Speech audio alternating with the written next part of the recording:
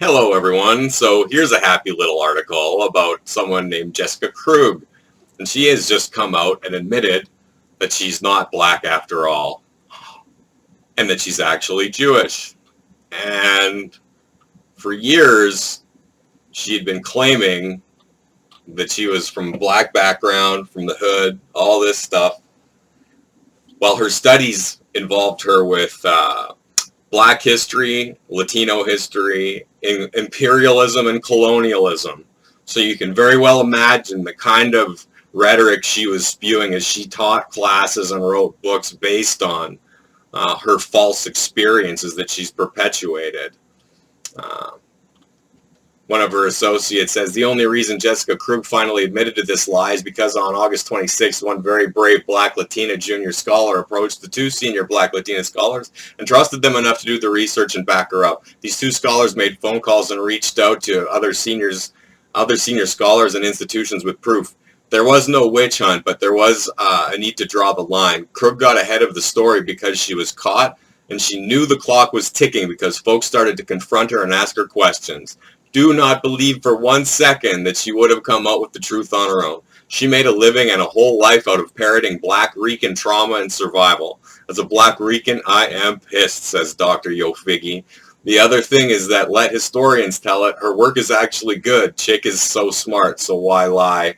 Well, I think this is part of the trap. I mean, you might be down with all of the things she's talking about because it incenses you with your state of need for justice, but allow the fact that she has infiltrated your community and beefed you up with all of that information to make you angry. That's what I think this really is. This woman makes claims that she was sorry for what she did, all this stuff.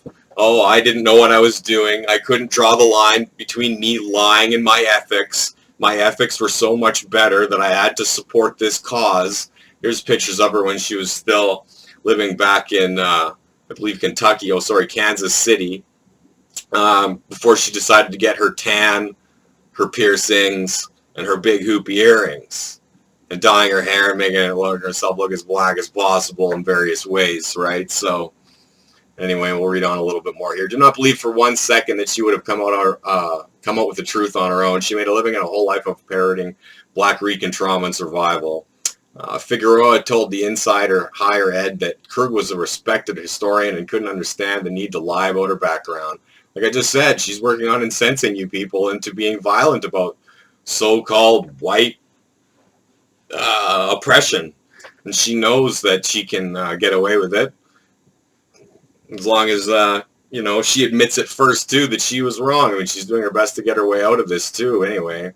She did it all in this guise, building on the worst types of stereotypes, calling herself a hood academic, taking on accents, and talking about specific kinds of trauma. So she lied to the max. She pretended that she had all these experiences. She lived a completely different life in these people's minds as what she led on. And really, I mean, I'm going to show a little video of her talking. And I mean, her accent is pathetic. I can do a better accent than this, but I mean, this is what infiltration looks like.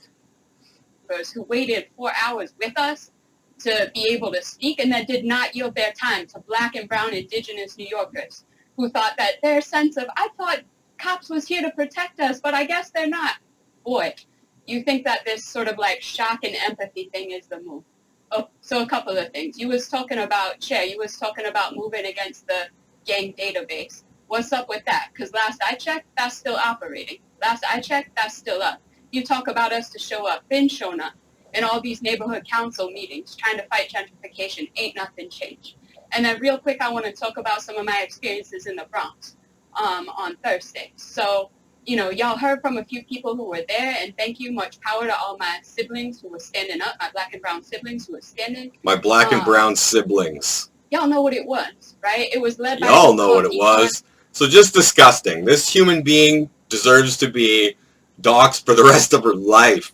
I mean, not doxxed, but I mean, like, make a spectacle of this person.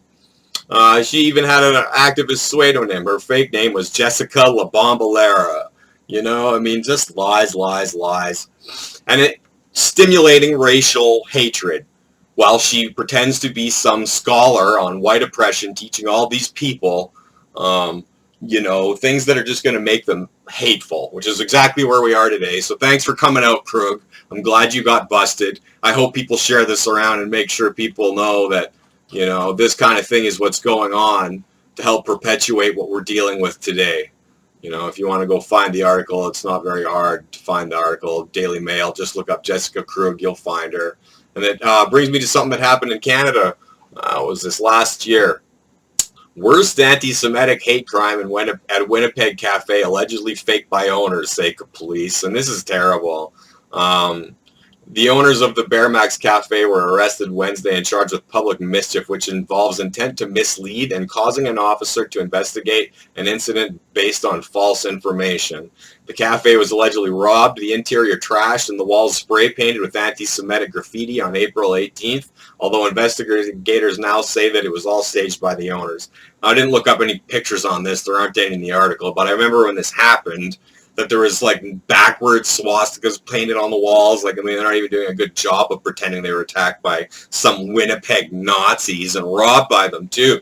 So they were looking for full reparation. Basically, the store would get a remodel. They'd be reimbursed for anything that they claimed was stolen. Lies, lies, lies. And of course, the Jewish community comes out to defend them at first, but then they backtrack when it's discovered that it was all faked, right? But I mean, this is disgusting. This is your tax dollars at work. Over 25 officers have investigated nearly 1,000 hours through a busy holiday weekend trying to bring this investigation to a close.